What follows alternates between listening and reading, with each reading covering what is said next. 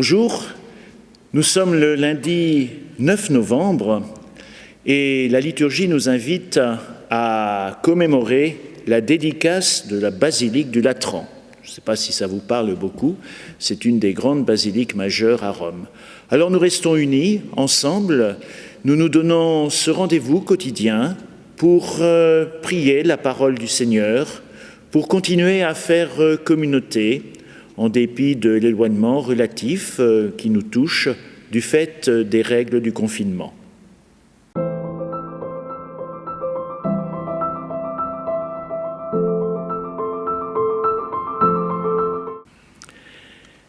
Évangile de Jésus-Christ selon saint Jean.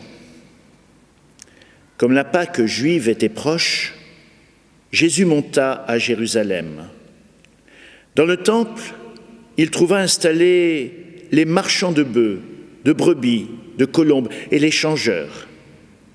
Il fit un fouet avec les cordes et les chassa tous du temple, ainsi que les brebis et les bœufs. Il jeta par terre la monnaie des changeurs, renversa leur comptoir et dit aux marchands de colombes : « Enlevez cela d'ici, cessez de faire de la maison de mon Père une maison de commerce. »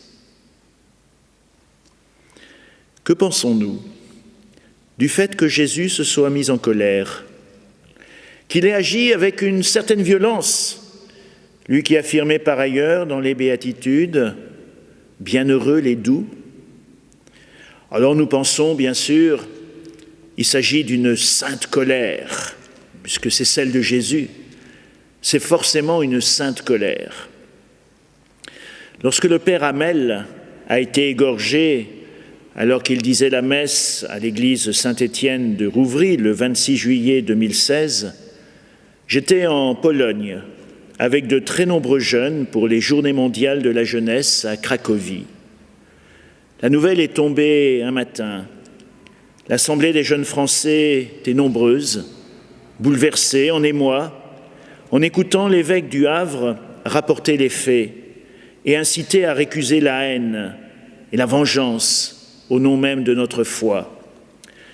Un des jeunes participants, vingtaine d'années, cheveux très courts, allure athlétique, militaire, prend alors la parole pour dire en substance : « Père, il nous faudrait peut-être, comme catholiques, avoir un discours un peu plus viril que ces paroles lénifiantes et doucereuses. Il nous faut défendre notre foi, défendre le christianisme. Nous, les jeunes chrétiens, nous sommes en colère à la vue de ce genre d'actes barbares.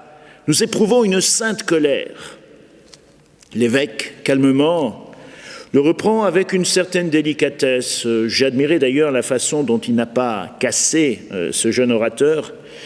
Et puis il lui a fait remarquer en souriant : « Vous savez, mon ami, pour avoir une sainte colère, il faut être un saint. » Alors, qu'est-ce que cette colère de Jésus a de sainte ? Nous pensons facilement qu'il doit s'agir d'une question de profanation. Cet envahissement mercantile, nous pensons que le sanctuaire a été souillé, que ça mérite une punition exemplaire, un signal vigoureux. Mais quand Jésus a été mis en croix, est-ce qu'il n'y a pas une profanation bien pire ? Et pourtant, la colère de Dieu ne s'est pas abattue sur les tortionnaires, non ? Je pense comprendre que la colère de Jésus ne porte pas seulement sur la question de place du marché, dans ou en dehors du sanctuaire, ou sous le portique, ou dans la rue, un problème qui serait du ressort de la police municipale finalement. Est en cause quelque chose de plus fondamental, la relation avec Dieu et les obstacles qu'on peut y mettre, que certains peuvent y mettre. Pourquoi ? Observons les choses. Pourquoi la monnaie des changeurs valse-t-elle par terre ? Et d'ailleurs, pourquoi y avait-il des changeurs ? Parce que l'argent du quotidien, l'argent du labeur, des jours de travail, cet argent-là était jugé impur. Il fallait une monnaie spéciale, sacralisée, pour offrir un peu de sa vie à Dieu. Une monnaie dont les prêtres tiraient bénéfice, bien sûr, mais une monnaie qui disait « Votre quotidien n'est pas pur. Dieu ne peut pas accepter votre offrande. si elle ne passe pas par les règles établies, les barèmes des cours des monnaies sacrées. Pas de cela. Pas de cela, dit Jésus avec vigueur. C'est tout au contraire votre quotidien qui intéresse Dieu, les pièces qui sentent la sueur et le poids du jour et que vous offrez pour vous rappeler que Dieu vient partager votre chemin d'humanité. Voilà ce qui est précieux à ses yeux. Alors ce matin, n'hésitons pas à offrir à notre Dieu aujourd'hui la monnaie du quotidien, la monnaie de nos peurs, de nos lassitudes, de nos inquiétudes. Pour nous faire comprendre, il a bien fallu une fâcherie, comme disent les Canadiens, de la part de Jésus dans le temple, mais c'est pour nous dire combien est précieuse chacune de nos journées aux yeux du Seigneur et que rien n'est insignifiant pour lui.